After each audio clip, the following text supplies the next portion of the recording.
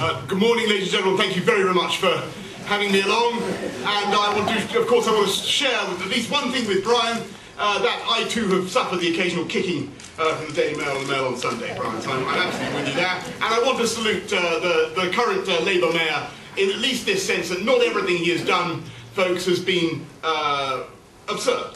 And not everything he has said has been absurd. And I think when he said that only a ghastly, dehumanised moron would get rid of the route master bus, he spoke the truth, and he proved that point by getting rid of himself. I also think that he was correct in his analysis about 8 or 9 years ago when he said that he couldn't recommend that any big city mayor should serve too long in office because after a time the office would inevitably become corrupt, and that's why he said, and these are almost his exact words, and I never tire of repeating them, that's why I cannot recommend that any mayor of London serve more than 2 terms. And now that he is attempting to serve a 3rd term, I heartily agree with his analysis, and I do think it is time for a change. And I do think it's time for an end to the waste and the sleaze that's going on in City Hall, and it's time for a new mayor. I do think he's said some sensible things, I do think he's done some sensible things. I think it's time for a new mayor who will at least follow him in this respect, that he, champions the rights of the gay and lesbian community and speaks for them. But I tell you this, when I look at London buses, as I do every day, I love London buses, I travel on them the whole time, and I spend many happy hours on buses, I don't see gay buses or lesbian buses or black buses or white buses. I see buses, and I see Londoners on those buses, and I think Londoners' needs are not being properly served at the moment by the current administration. I want to do a much better job. And I want to concentrate on housing and transport and crime. Let me tell you quickly what I want to do for the benefit of all Londoners, irrespective of their sexuality, orientation, beliefs or ethnicity. What I want to do is give us all more affordable housing by building on brownfield sites across London and greatly expanding the social rented sector. We can have another 50,000 by 2011. And I do, particularly with what's happening now in the credit crunch, I do want to help people to achieve the dream of having just a share in the value of their property, as well as the social rented housing that we're going to build. And I do think if you look at our First Steps scheme for community land trusts and the cooperatives we're going to develop on LGA land, I do think you will find some very promising and interesting ideas to help people scale the currently unsurmountable Everest of the housing market.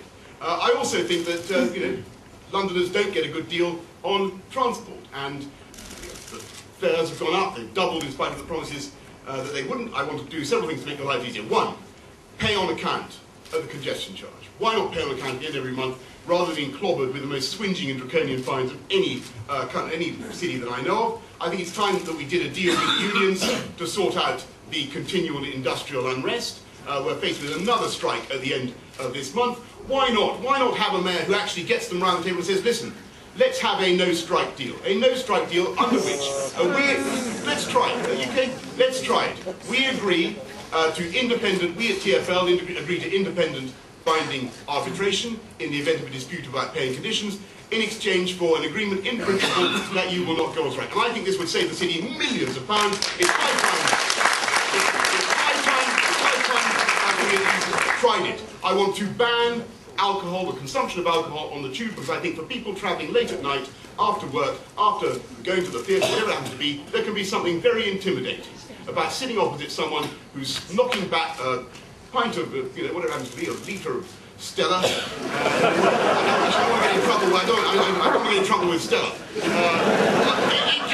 It can be intimidating, it can be threatening, and it leads to far more disorderly behaviour of the kind that we've seen on the tube in the last few years. There's been a huge increase, and I will change from day one the rules of carriage to prevent people drinking alcohol on the tube. And I will take charge of the Metropolitan Police Authority to get more police out on the street, giving us the security and protection we deserve. And I think that if you concentrate on driving out so-called minor crime and disorder, you will also drive out more serious crime as well. And I think it is a disgrace that in London in 2007, the last year for which we have relevant, last year we have relevant comparisons, you are far more likely, twice as likely, to be mugged. And this goes for all communities. you are twice as likely to be mugged on the streets of London as you were in New York last year. There were 21,000 muggings in New York, 39,000 in London. I think that is a disgrace, and it needs a new approach, and it needs a mayor who's willing to take leadership on the issue that I think matters above all to all of us in Londoners. So I hope, thank you, I will now wind up. Thank you very much for listening. I hope that on May the 1st you will vote for change and for fresh thinking and for a mayor who will work decisively with you to further the interests of the LGBT community. Thank you very much.